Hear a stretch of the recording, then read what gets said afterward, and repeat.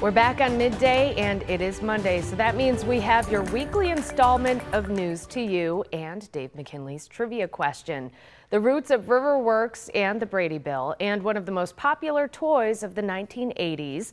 They all made news this very week in decades past. Dave McKinley remembers when those stories and more were all news to you.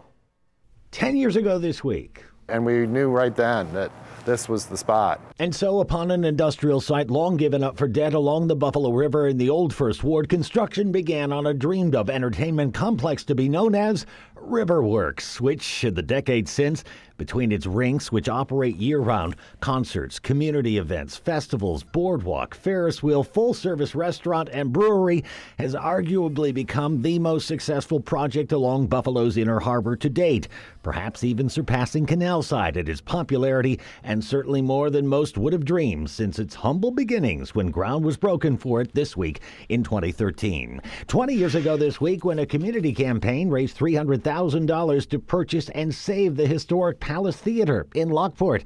At the store's electronics had by then climbed to become the most sought-after items among holiday shoppers, although younger viewers today might not recognize some of them nor the prices.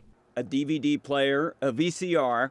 This is the latest thing on the market, a phone with a camcorder. But wait, there's more. How about one of these tiny MP3 players? And if it's size you're looking for, try this 50-inch plasma TV.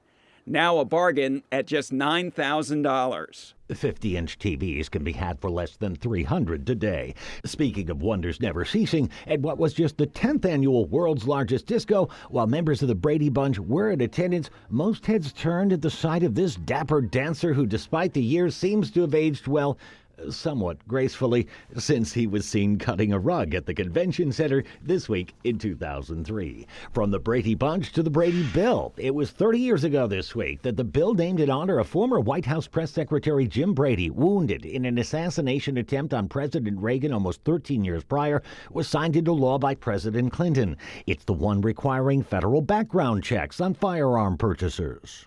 Will this totally end carnage on the street? I don't think so. But even the longest journey begins with a single step. Also turning 30 this week, the chickenpox vaccine, which first became commercially available when you could still get breakfast for 99 cents this week in 1993. 40 years ago this week. Blaisdell, a girl's arm broken, another punched in the eye. Buffalo, 2 assaults.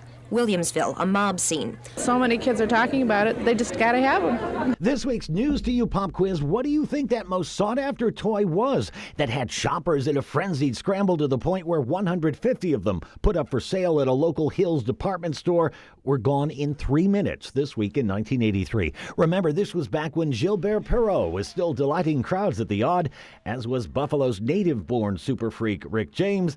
The once popular and long-gone Niagara Falls Festival of Lights was just in its 3rd year of operation. Larry Holmes was the heavyweight champion of the world, and an 18-year-old from Springville named Penny Baker was announced as the choice for Playboy magazine's 30th anniversary Playmate. What did Mother think? I'm really proud of her. The extent of her support became apparent later when it was revealed that Penny here was only 17 when she posed, and that Mom had signed the permission paper to allow her daughter to lay her claim to fame this week in 1983, when it was all news to you.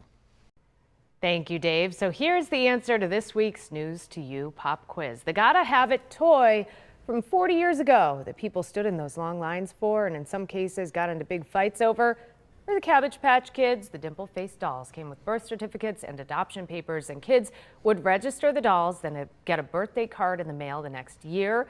The Cabbage Patch Kids set records for sales as among the most popular toy items of the 1980s.